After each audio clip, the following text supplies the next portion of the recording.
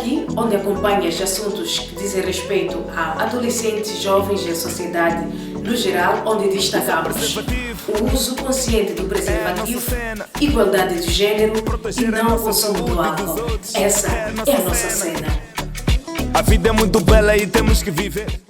Olá a todos, sejam bem-vindos à nossa cena podcast. Hoje trazemos mais uma edição porque estamos a entrar no dezembro vermelho e nada melhor do que trazer temas que dizem respeito a esta época do ano. Vamos conversar com o Miguel Acácio, que é ativista social e também designado cidadão, e vamos poder falar melhor acerca desse dia a dia de quem vive num estado de seroprevalência. Eu sou Matilde Ensene e antes mesmo de irmos à nossa conversa, deixar ficar que o nosso estúdio está disponível para quem quiser gravar um podcast ou por alguma atividade que exija um estúdio, estamos disponíveis. Quem quiser pode entrar em contato conosco pelo nosso DM. E já indo de encontro à nossa conversa, Miguel, seja bem-vindo à nossa cena podcast. Muito obrigado pelo convite. Olá a todos que estão a acompanhar a nossa cena podcast e estarei convosco para esse 2 dedos de conversa. E é isso. É, boa. E ainda bem que já diz que vamos ter 1 ou 2 dedos de conversa e não vamos falar de nada que esteja fora dos parâmetros, porque já deixamos ficar aqui, acompanhamos diariamente que o Miguel é ativista, principalmente neste ramo de quem aconselha quem vive com o HIV/SIDA a seguir pelos caminhos melhores para o seu dia a dia. E já mesmo irmos para a nossa conversa, partilhe conosco como é que descobre esse estado de cidadão. Bem, é o seguinte, na altura eu tinha 12 anos de idade, então quando houve uma campanha na escola primária de Sinatela, isso no município da Matola, onde eu fiz a minha primeira até a 7ª classe. Então, exatamente na 7ª classe surgiu uma campanha de circuncisão médica masculina e eu me alistei para fazer parte daquela campanha. Só que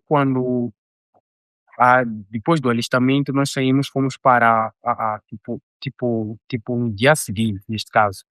Tive que sair com os meus pais para o hospital e fomos lá, foi no hospital, no centro de saúde da Machava Sede. Então participamos por palestras, etc. E eu no momento em que estava-se a medir o peso das crianças, ah, o provedor de saúde percebeu que o meu peso era muito baixo para a idade que eu tinha. Então achou por bem que eu fizesse outros exames, até porque eu estava um pouco com um pouco febril.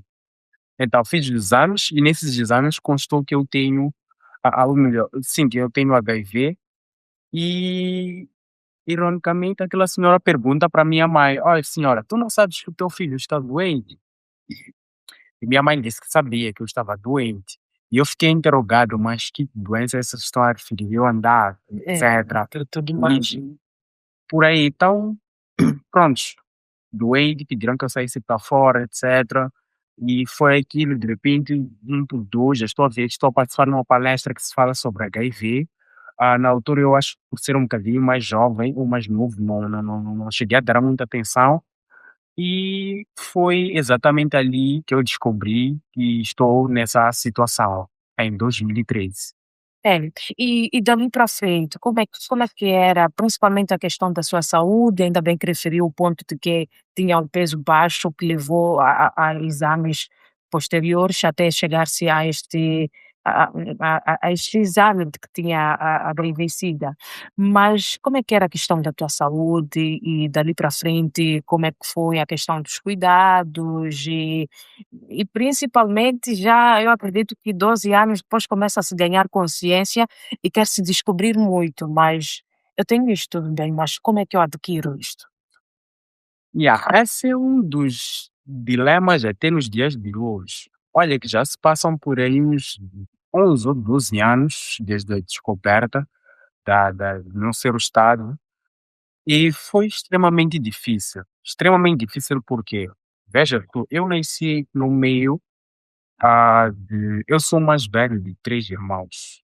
Então, o engraçado é que neste dia que eu fui fazer a circuncisão, o meu irmão mais novo, acabou sendo testado também para o HIV e o resultado dele foi negativo. Então, isso me deixou um bocadinho assim, tipo, ok, como isso é possível? Até porque na altura eu ainda não era sexualmente ativo, não é? Então, gerou em mim vários questionamentos.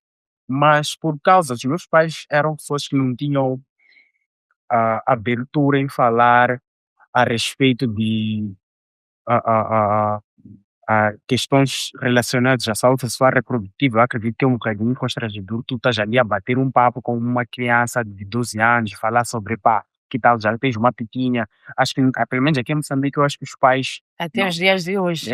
É ah, um tabu. exatamente, é um tabu. Então, não se falava muito daquilo e eu não usei a questionar sobre aquilo. E, epá, tudo bem, tive aquele resultado, deu-se ali os medicamentos, na altura não se dava logo os antirretrovirais. Tu tinhas que começar a adoecer para os provedores já disponibilizar antirretrovirais. Davam simplesmente alguns medicamentos para fazer uma profilaxia, até perceberem que já estás a apresentar, já estás a chegar na fase do SIDA. Aí é que eles acabavam por já disponibilizar a medicação. Talvez a, a, a, a explicação mais lógica para isso é dizer que os medicamentos eram muito fortes. Então só podiam disponibilizar para pessoas que já têm sintomas. Talvez um provedor de saúde pode corrigir melhor isto, mas, bom, voltando aqui um bocadinho para a minha vida. Fui para casa, minha mãe conversou com meu pai, explicou-lhe que é para fomos ao hospital, teve essa situação, a criança está nessa situação. E meu pai recusou aquele resultado, alegando que não, meu filho, não tem isso, nem que ele encontrou. Na cabeça do meu pai era aquilo tipo, não, só pode adquirir este vírus quem é sexualmente ativo, tá certo? Então, o meu pai acabou tipo, ok, vamos, ele não vai fazer essa medicação, vamos deixar isso, talvez se ele está um pouco magro, eu sou magro, de Por 10, natureza. por natureza, mesmo meus irmãos que não vivem com o vírus também têm a mesma estrutura física, mas aquilo já não era ser magro, porque é a tua natureza, aquilo era ser magro, porque estava realmente doente. Mas nem com isto meu pai deu importância a essa situação. E quando comecei a viver, que em 2013, 2014, 2015, em 2014 eu fiquei muito doente. Não tinha tratamento, eu sabia o que tinha.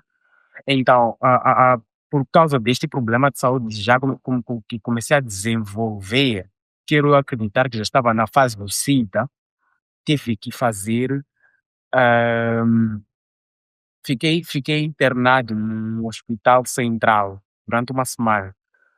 Nesse período em que eu fiquei internado, fiz vários exames e por curiosidade eu peguei no processo que estava na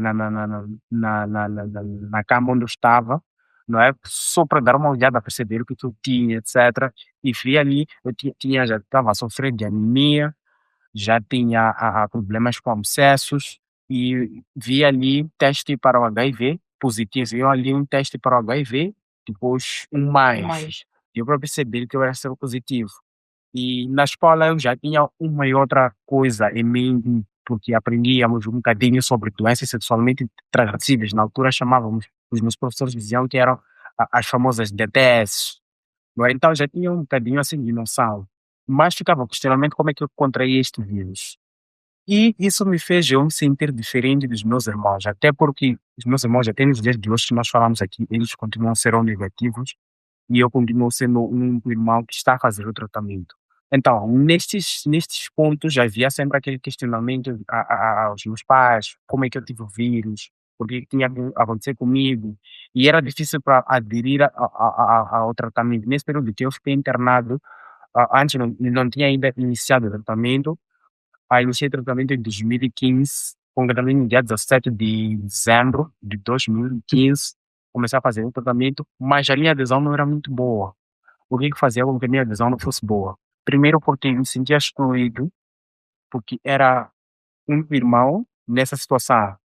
Segundo, porque as consultas não conhecia nenhum adolescente jovem na minha idade que vivia na mesma situação. Então foi uma fase muito turbulenta. É, imagino. Mas isto acaba nos fazendo perceber que houve também um pouco de negação da sua parte também, fora a negação por parte do seu pai, que também procurava perceber, mas como é que isto podia ser possível, e depois houve a sua própria negação, como olhar para o seu si para o seu meio, ver os seus irmãos ali, sem ter de ter tratamento, sem ter de ir às consultas, e depois, enquadramento, olhando principalmente para a escola, como é que era? Yeah. Ah, um, um dos principais desafios que tive, se formos a olhar a escola, podemos nos considerar sociedade, não é? A escola é um ponto onde encontramos diversos níveis sociais. Tudo bem que hoje há uma distinção, algumas pessoas com condições um bocadinho assim vão para as escolas privadas, mas ok, encontramos diferentes camadas sociais dentro da escola, não é? E se tu apareces ah, ah, ah, assim, meio diferente, talvez doente, sempre aquela curiosidade, o que é que se passa com o colega X? Bem, na escola foi notório, porque nesse período em que eu disse que fiquei internado, já eram ausências nas aulas, faltas. E o que que me fez eu ficar internado? Eu desenvolvi um abscesso na coxa esquerda, na perna, coxa esquerda. Então, aquele abscesso fez com que foi pela demora por procurar serviços de saúde. E nesse período, meu pai já havia falecido. Este ano, neste período, neste ano de 2014, que eu tive este problema grave de saúde. Então, eu estava a frequentar a oitava classe, se a memória não me falha, oitava ou nona classe, e eu já não ia à escola com frequência, já tinha muitas faltas. Alguns colegas já aproximaram até em casa, o que se passa com o Miguel, já não vem à escola. Quando eu melhorei, já não podia fazer educação física. E já tinha aqueles problemas. Por mais que melhorasse, mas depois voltava a ficar doendo. Então, isso levantava vários questionamentos.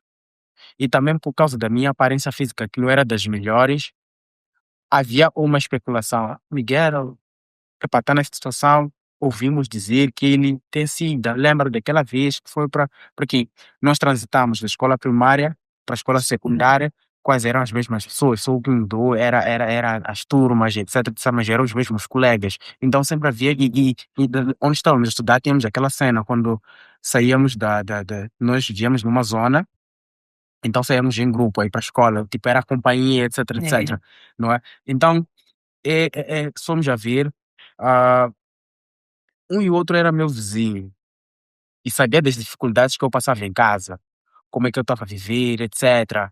Nós podemos pensar que o segredo, tipo, as coisas estão ali dentro de casa, mas a algum momento claramente. acaba escapando, não é? Então era muito difícil, principalmente quando se tratava, quando já comecei a fazer a meditação. Eu falhava muitas doses. Chegou um tempo que, epá, já estava um bocadinho melhor, já ia fazer educação física, etc.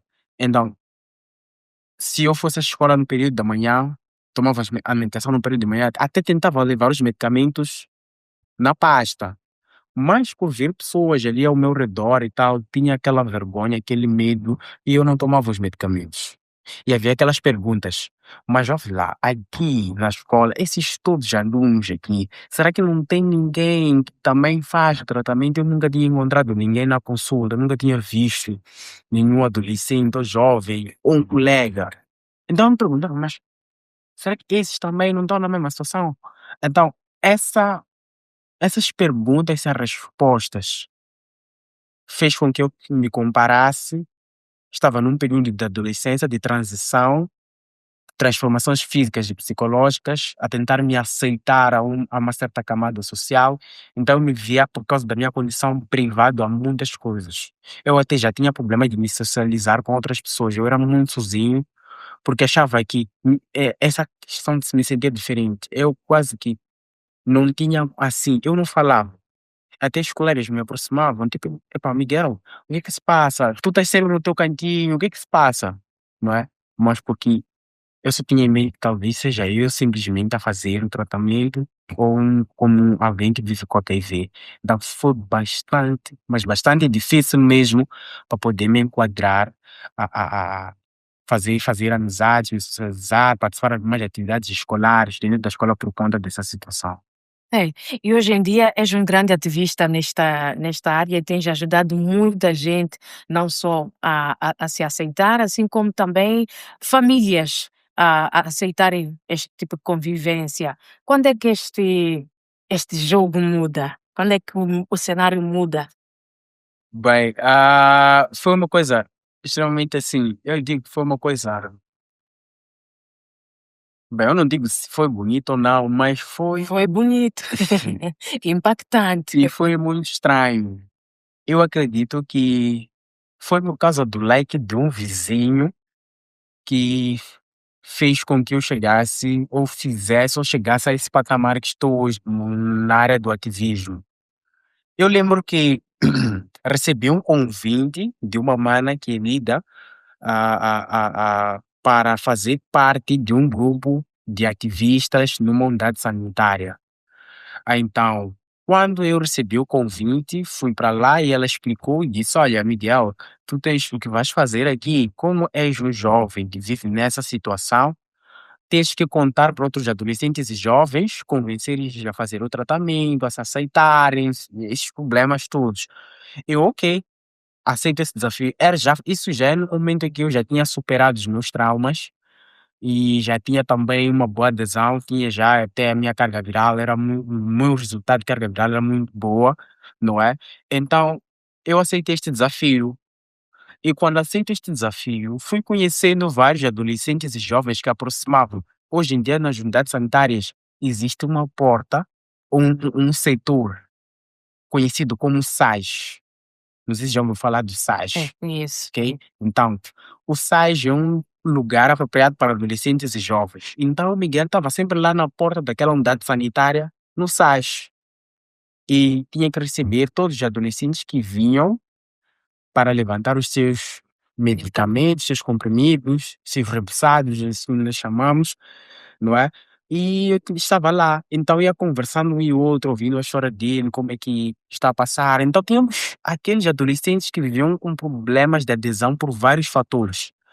Porque não tomo medicamentos porque eh, eh, eh, eh, não comi, sofro violência em casa, tenho medo de contar aos meus pais, entre outros fatores. Então, eu como pessoa, ou como o perfil, tendo o perfil, ou sendo como a pessoa que é ativista, tinha que falar com este adolescente jovem e explicar como ultrapassar aquelas dificuldades, não exatamente com palavras técnicas, mas no sentido de mostrar para aquele adolescente jovem, contar a minha experiência pessoal, não é?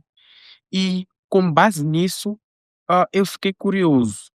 Ok, eu já estou bem, faço o meu tratamento, conheço outras pessoas que vivem com HIV. Como é que seria se eu falasse assim do nada na internet que eu tenho HIV? O que é que as outras pessoas iam pensar? E exatamente em 2021, no dia, assim, a memória me faz, foi no dia 20 de dezembro, às 17 horas, eu escrevi um texto a contar a minha história, como é que eu descobri, etc.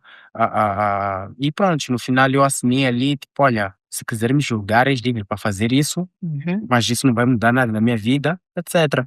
Postei aquilo, pus uma fotinho lá, essa história está no Facebook, é o primeiro post meu a fazer isso.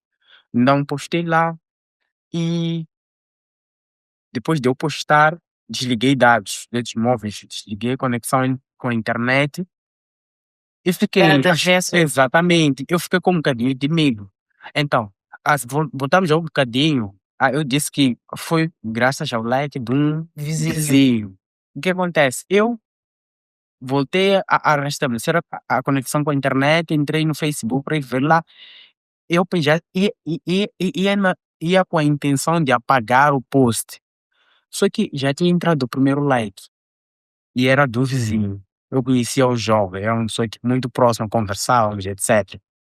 Eu disse, se ele pôs like, ele já leu.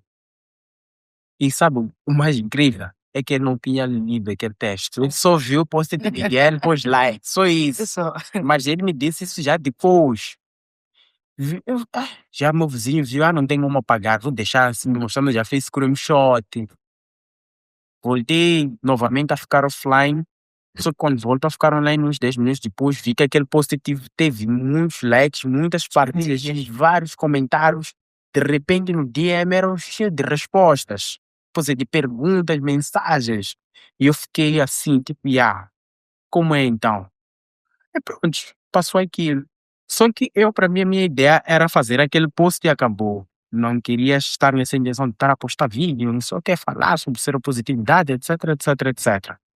Mas algumas pessoas iam pedindo que, olha, gostava que falasses disso, etc. E veio essa ideia de gravar os vídeos, comecei a gravar os vídeos, muitos vídeos que são a inspiração por parte de questões que as pessoas fazem ou experiências vividas por mim ou outras pessoas.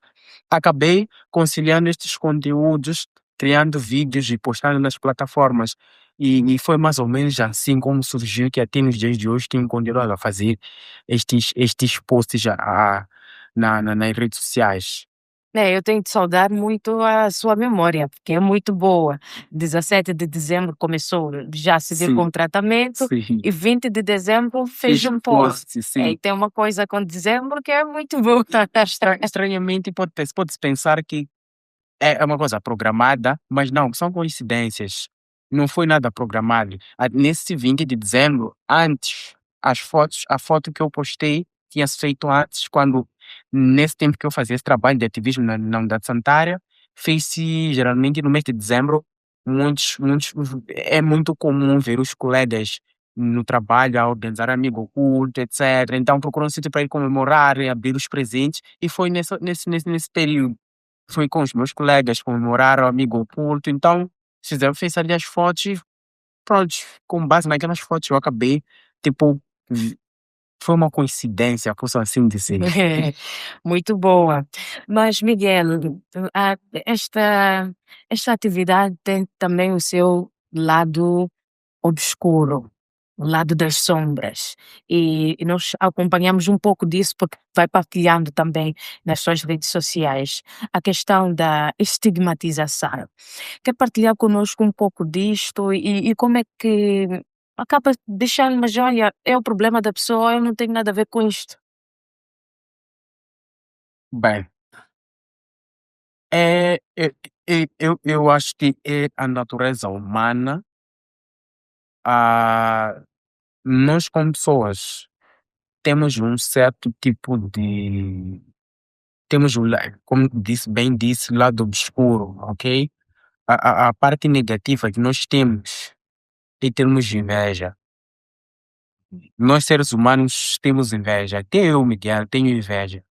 Nós seres humanos temos um problema, nós não queremos ver alguém feliz. Isso incomoda de certa forma.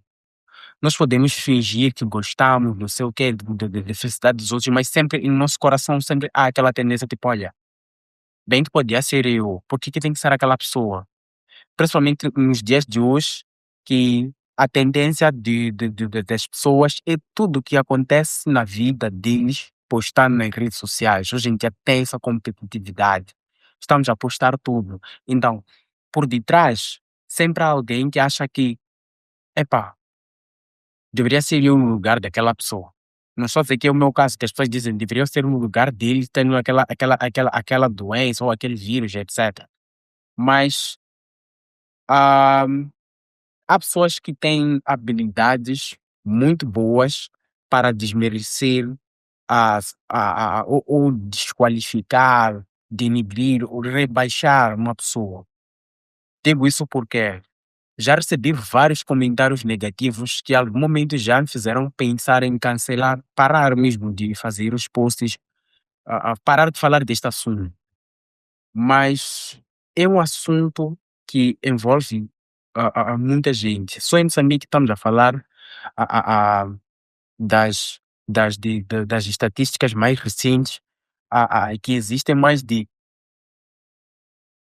2 milhões ou 2 milhões e 400 mil pessoas que vivem com HIV. E destas pessoas, estamos a falar de pessoas que foram testadas um dia e que se inscreveram para fazer o tratamento antirretroviral. Mas no meio disto, esquecemos nós que existem pessoas que não aceitam o seu estado, escondem para os seus parceiros, vão mantendo relações sexuais, principalmente os adolescentes e jovens. Já temos dias atuais, se vocês não sabem, que a faixa etária com maior índice de infecção pelo vírus sexualmente é a faixa etária dos 15 aos 24 anos. Então, vamos dizer, temos muitos adolescentes e jovens, embora vários métodos de prevenção, embora o tratamento disponível, embora existir a possibilidade de conquistar indetetável igual intransmissível, mas os números ainda continuam muito altos quando falamos de novas, ou melhor, de infecções pelo vírus do HIV. Então, tem que existir ativistas que falam de forma aberta sobre essa situação, porque é um problema público. Se eu assumo a minha situação para as outras pessoas, explico que, olha, eu vivo com HIV, estou a fazer tratamento. Como é a tua vida, Miguel? Não, eu tenho uma vida normal, como de tudo, tenho uma parceira que é seronegativa, mantenho relações sexuais com ela desprotegidas porque eu sou indetetável, a minha carga viral é baixa. Então, isso em algum momento vai fazer diferença. Aquele que tinha medo de contar para o parceiro que não fazia o tratamento, Uhum. ou melhor, pode até fazer o tratamento, mas não contou para o parceiro, vai sentir-se motivado a revelar. Porque qual é o lado negativo de não revelar? Eu estou com a minha parceira. Vamos, por exemplo, no final de semana, então, vou semana, sexta-feira, vou sair com ela, ela passa sábado e domingo na minha casa. São doses perdidas, porque eu não posso mostrar para ela que tenho medicamentos em casa. E quando são doses perdidas, automaticamente o vírus tem espaço para haver uma replicação ou aumento do vírus no organismo. Ele faz cópias instantaneamente. E Porque volta mais ativo. exatamente, porque não está a ver o medicamento a circular no sangue. E o nosso medicamento no Moçambique, infelizmente, é um medicamento que tem a duração de 24 horas, 24 horas. Por isso que temos que tomar todos os dias. A cada 24 horas nós temos que tomar. Então, as pessoas não olham para esse lado. Querem tipo desmerecer o Miguel. Não. Porque vais morrer, já vi nos comentários, vais morrer. A diferença entre eu e tu é que eu sou saudável e você é um doente. Percebes? Eu sei que não estou bem. Pô, posso estar bem aparentemente, mas que tenho um problema que precisa de controle todos os dias. Eu estou sim, mas não precisa que alguém deixe claro a falar isso para mim com A mais B, que olha, tu estás doente, mas recebo esses comentários. Teve De um forma jovem, ofensiva. de forma ofensiva, teve um jovem, ah, este jovem vive na província de Inhambane, e ele ousadamente disse, sabes, eu em off, no privado, sabes, eu tenho pouca estima por ti. Se dependesse de mim, eu acho que tu tinhas que ter morrido nesse período que tu estavas doente, etc, etc. E acredita, se eu tivesse a oportunidade de te encontrar, eu não sei o que seria capaz de fazer. Percebes? Isso parece ser muito simples, mas tu percebes o sentimento de ódio que É, algumas pessoas têm. demais. E numa situação em que as pessoas, nós que vivemos nessa situação, não tivemos como escolher. Veja lá uma criança recém-nascida. É um bebê frágil, Sim. não tem capacidade de fazer. Ele, tudo que ele precisa, tem que ter apoio de alguém. Para comer, e tem que ser alguém a levar a comida à boca, para vestir, para fazer tudo, porque ele é um bebê frágil, não é? Precisa de apoio para poder crescer. Vais me dizer que esse bebê teve o poder de escolher que queria nascer seropositivo ou não? Foi negligência de quem? Por parte dos pais. Às vezes pode até não ter sido negligência por parte dos pais. Pode ter sido porque os pais descobriram de uma forma já mais tarde, ou de uma forma tardia, não é? E esta criança um dia vai crescer, vai deixar de ser bebê, vai ser uma criança, vai ser adolescente, vai ser um jovem, deixa de jovem, vai ser adulto. E nesse percurso, ele já está com HIV, está a fazer tratamento, vai sofrer bullying por algo que ele não teve oportunidade de escolher. Mas não, Miguel, estamos a condenar nós que já temos vida sexual ativa, descobrimos mais tarde. Não. Tem pessoas que são vítimas de parceiros infiéis. Tu estás É, casado, percebes? Tu estás casado, mas o teu parceiro é alguém, tudo bem. Não estou a condenar quem, tipo, tem amantes, não sei o quê, até porque não sou Deus, não sou perfeito. Senão amanhã vai encontrar Miguel a fazer uma coisa errada, não estou a dizer que estou a fazer, mas vai encontrar Miguel a fazer uma coisa errada, vão ver, não é você que disse naquele dia, não. Mas, ao menos estes parceiros não procuram proteger a pessoa inocente que é a parceira ou o parceiro. Tu vais fazer o que fazes lá fora, trazes infecções para dentro de casa e vai infectar alguém que confia em ti, inocente, confia em ti, meu marido ou minha mulher, e logo é infectado. Vai descobrir que, infelizmente, muitos dos casos, olhando para as mulheres, sofrem violência porque alguns parceiros, homens, nós homens, manipulamos as coisas. Nós homens não gostamos de ir procurar serviços de saúde. Muitas vezes o que que acontece? O que acontece é que eu vou para comunidade sanitária. a minha parceira, digo, não, não estou a sentir bem, vai lá para o hospital tu.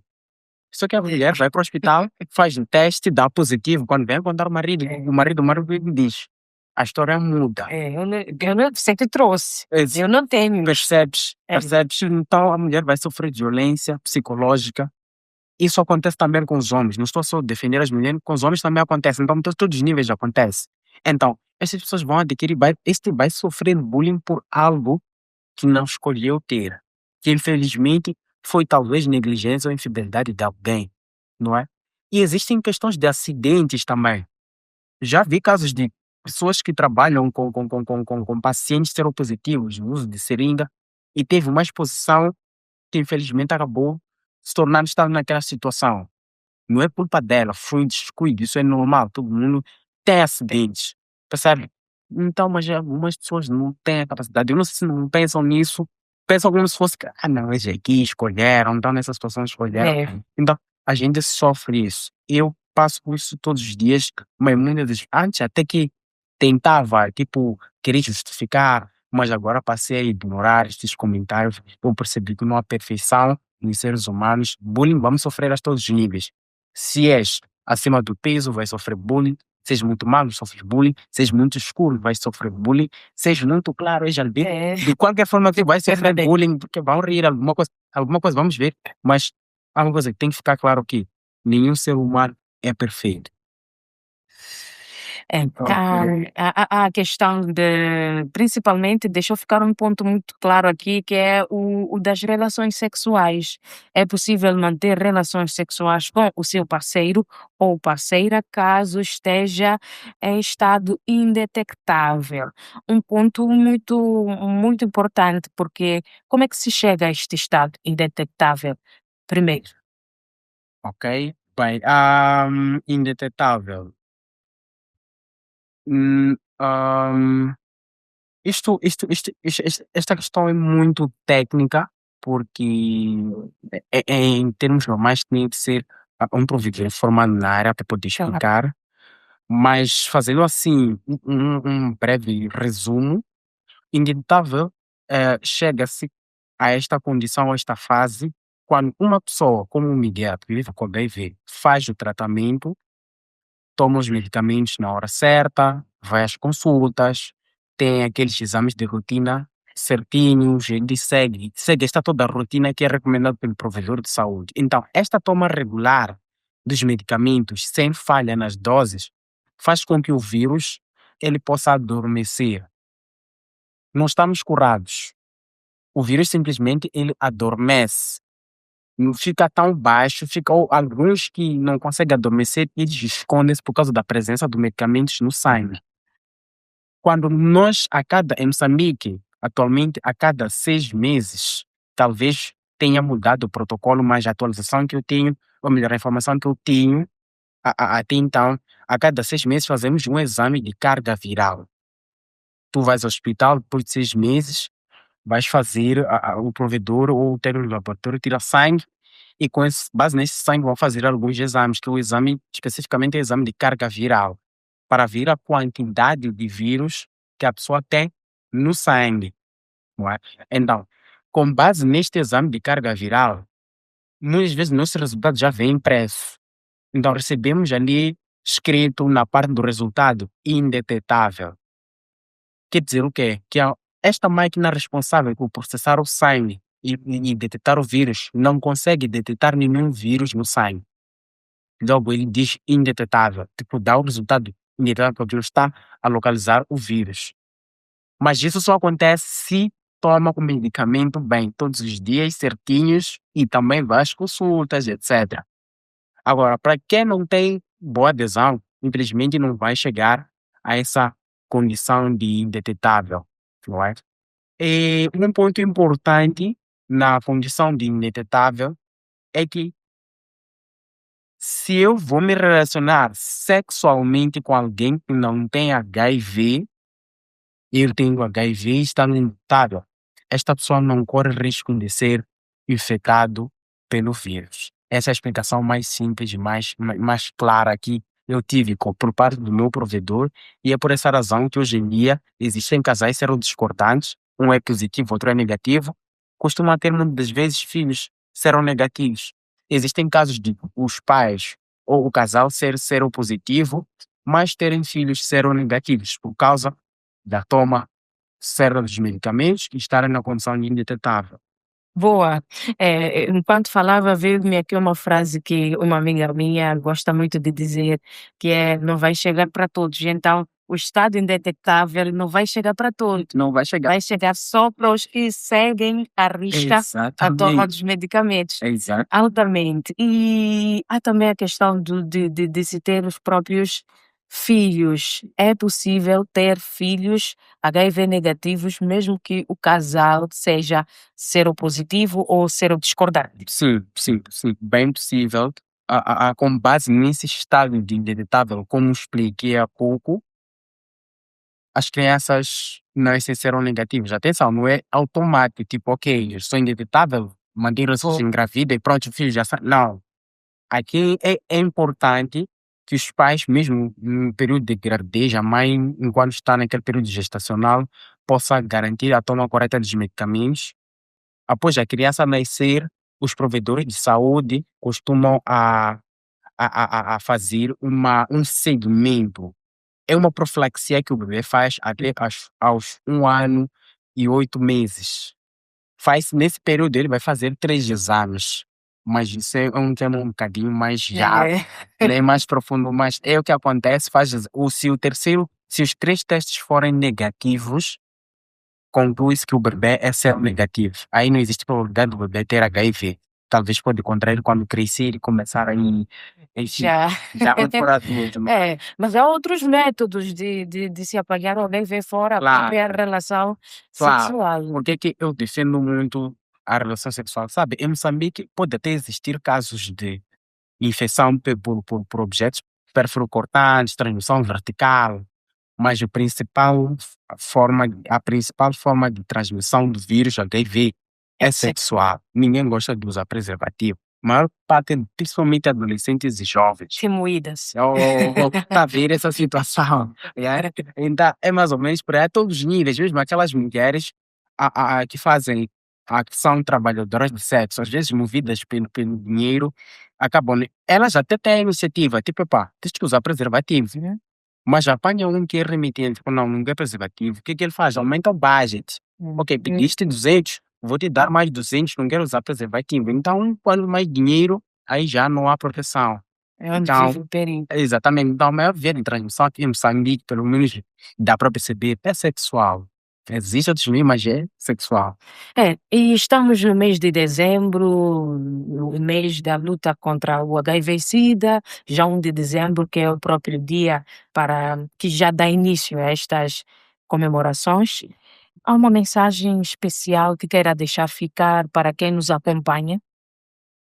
Sim, é o seguinte, viver com HIV não é o fim, eu sou exemplo disso, e entre outros vários adolescentes e jovens e adultos que vivem na mesma situação que estão bem. Aos ativistas, vamos deixar de fazer um ativismo muito tímido. Há um ativismo muito tímido. O HIV deve ser combatido todos os dias, não é só no dezembro vermelho. Estamos no dezembro vermelho, sim, mas temos que olhar isso todos os dias. porque às vezes nosso posicionamento primeiro como ativistas nos ajuda muito para a disseminação de informação correta em relação ao HIV. Então, vamos parar de ser ativistas dos seminários, dos workshops, porque temos algum benefício. Vamos ser ativistas no verdadeiro sentido. Não pelos benefícios, mas porque, enfim, tudo bem que hoje em dia não faço trabalhar o amor à camisola, mas faço o teu trabalho com qualidade. E para as pessoas que já vivem nessa situação, ah, não é o fim. Tenham mais, a, a, a, a, a, a, mais força, não é? Estamos todos juntos pela mesma causa, somos iguais, não te sintas diferente. Se sente sozinho, procura aproximar as pessoas que já vivem na mesma situação para ouvir delas as experiências positivas que elas têm a contar. E menos, como podia dizer, sim, menos julgamento, mais empatia, menos discriminação, mais humanidade. Ser positivo não é sentença de culpa. Tu podes ser feliz desde o momento que tu aceitas tua condição, passa a se cuidar.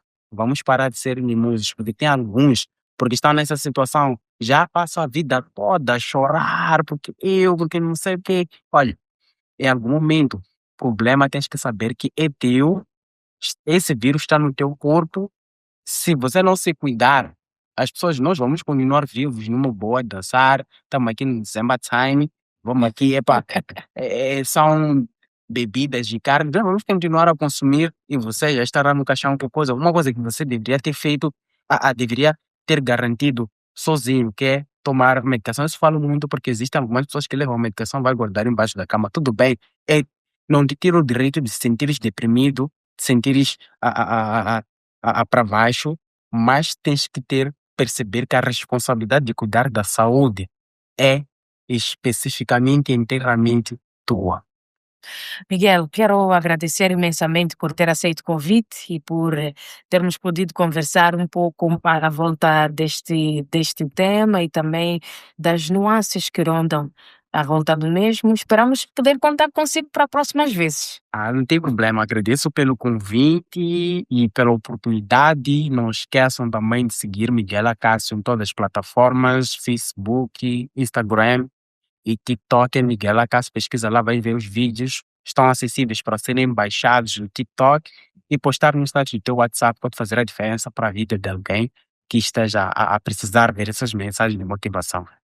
E muito. De boas festas para si. Obrigado, E para a sua família também. Muito obrigado. Estimado que nos acompanha, fica para trás desta maneira a nossa conversa com o ativista social Miguel Acácio, cidadão, e falamos hoje à volta deste tema, de quem vive no estado de seroprevalência, e o Miguel partilhou-nos aqui a sua história. Eu acredito que o Miguel, se calhar, dizia essa história onde eu vou partilhar no podcast. E partilhou muito bem. Espero que tenha sido um motivo para que a sua autoestima não fique baixa. Estamos no dezembro vermelho e é importante continuarmos a cuidar da nossa saúde. Cuide da sua, para que não seja contaminado, mas também, caso esteja, cuide também da sua saúde. Esta é exclusivamente nossa função. Ninguém mais vai poder fazer isso por nós. Eu sou Matilde Odisseni e antes mesmo de fecharmos, temos o nosso estúdio disponível, caso queira gravar cá um podcast ou outro programa, e caso esteja interessado, entre conosco em contato pelo nosso DM. Até a próxima. É aqui onde acompanhas assuntos que dizem respeito a adolescentes, jovens e a sociedade no geral, onde destacamos o uso consciente do preservativo, igualdade de gênero e não consumo do álcool. Essa é a nossa cena. A vida é muito bela e temos que viver.